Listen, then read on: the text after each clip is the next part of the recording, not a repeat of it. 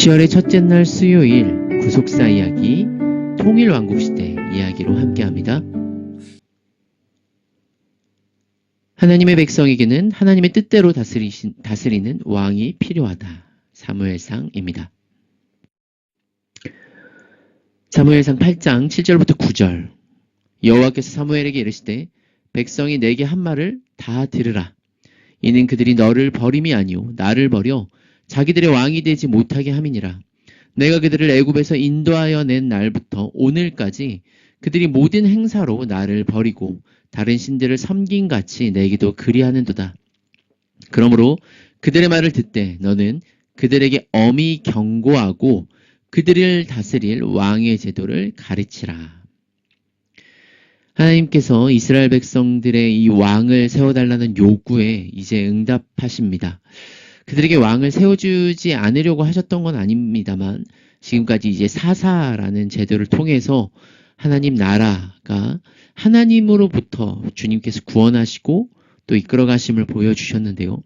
이스라엘 백성들은 끊임없이 이제 자기의 소견대로 하고 싶어 하지만 또한 그 책임을 자기네들이 지기 싫어 어떻게 보면 또 이제 왕을 요구하죠.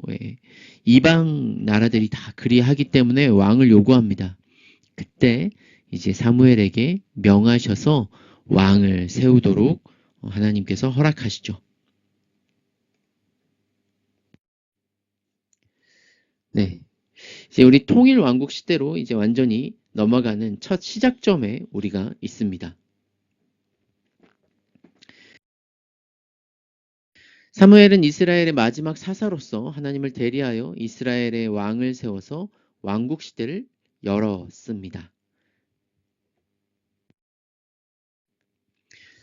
이스라엘 백성이 세속적인 왕을 원했고 사무엘은 하나님의 허락하심에 따라 사울을 왕으로 임명했으나 그에게 오직 하나님의 뜻을 따를 것을 명령했습니다. 사무엘상 8장부터 12장까지의 말씀인데요. 이제 사무엘이 늙습니다. 이제 1장, 2장, 3장에 이제 사무엘이 한나가 사무엘을 낳고 사무엘이 하나님의 또 부르심을 받고 또 사람들의 인정을 받아서 이스라엘을 잘 또 다스리고 통치합니다. 하지만 이제 금방 사무엘이 늙죠. 그러니까 이스라엘의 모든 장로들이 왕을 세워줄 것을 요청합니다. 이 이스라엘이 요청한 왕은 세상 나라, 다른 세상의 나라들 같이 세속적인 왕이었고 하나님은 이것이 그들이 하나님을 인정하지 않는 태도였죠. 그래서 우리가 함께 읽었던 이 사무엘상 8장 이 7절에서도 너를 버린 것이 아니다. 사무엘에게 이 백성들이 너를 버리는 것이 아니라 나를 버려 자기들의 왕이 되지 못하게 함이니라 라고 하나님께서 이 이스라엘의 마음을 아시죠. 사무엘은 하나님의 뜻에 따라 세속적인 왕조되고 얼마나 그들을 착취하고 고통스럽게 할 것인지를 10절부터 18절에 이어서 이제 얘기를 합니다. 그럼에도 불구하고 이스라엘 백성들은 그 말 듣기를 거절하고 왕을 세워야 한다고 고집했죠. 그래서 이 사무엘에 보면은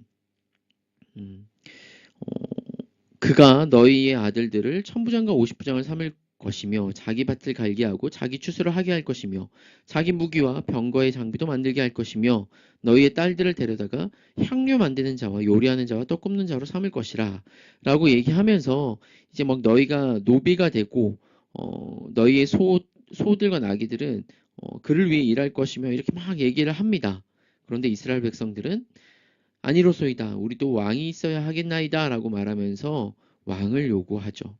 그러니까 이스라엘 백성들이 왕을 세워달라고 요청한 것은 이 전쟁을 대비해서인데요.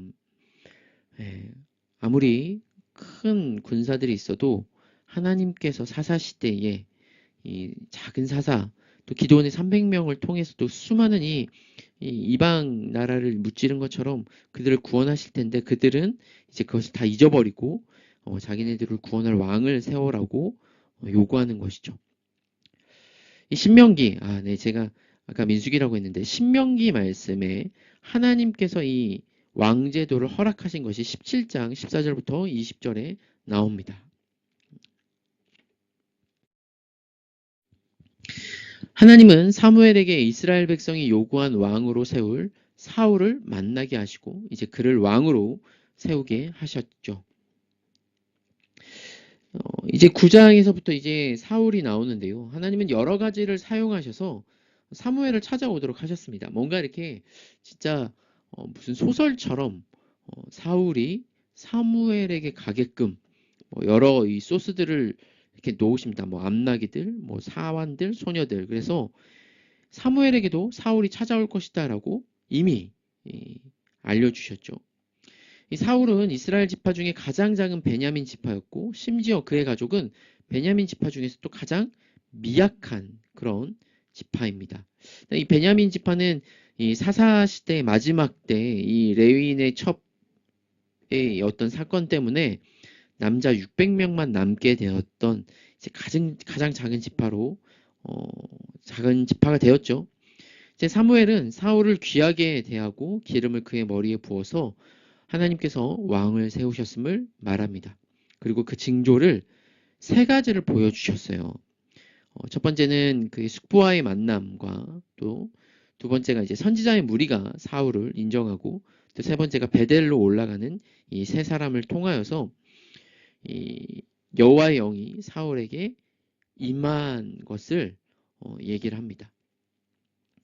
그래서 하나님의 영이 사울에게 임하여 왕으로 세워지도록 준비시키셨죠. 그리고 사무엘이 모든 백성을 미스바에 모으고 제비뽑기를 해서 사울을 왕으로 세웠습니다.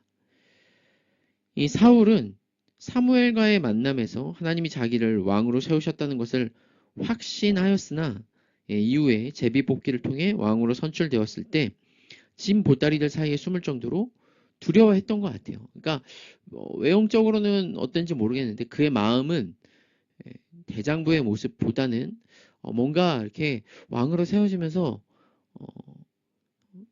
왕의 어떤 자질이라든지 또 그의 어떤 하나님 앞에 인정받는 어떤 모습들이라든지 그런 것들이 잘 보이지 않습니다. 이스라엘 백성은 사울의 키가 다른 사람보다 어깨 위만큼 큰 것을 보고 그가 왕으로 세워진 것을 기뻐합니다. 그러나 어떤 사람들은 또한 인정하지 않고 멸시했죠. 사무엘은 왕정으로 제도가 변한 것을 백성들에게 가르치고 책에 기록하도록 하였습니다.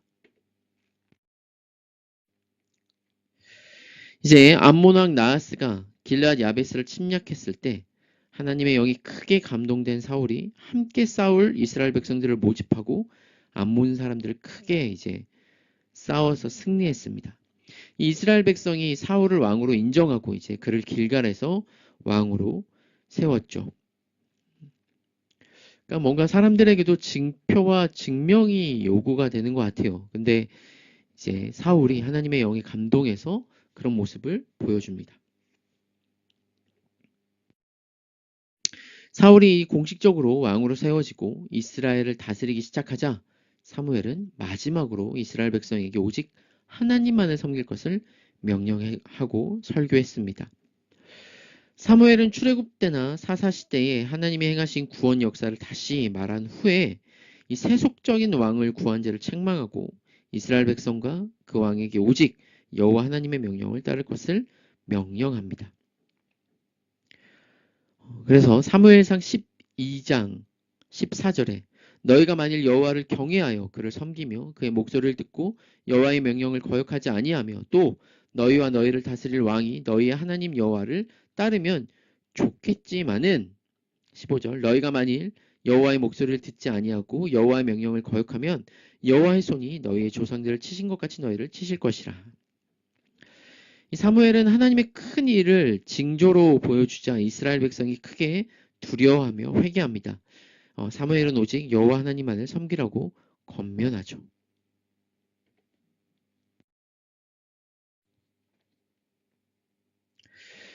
사무엘은 더 이상 이제 사사로서 이스라엘을 다스리진 않지만 이 두 가지를 계속할 것이라고 말합니다. 이스라엘 백성을 위해 기도하기를 쉬는 죄를 범치 않을 것이고 또 이스라엘 백성이 선하고 의로운 길을 이스라엘 백성에게 선하고 의로운 길을 가르칠 것이다 라고 약속을 합니다.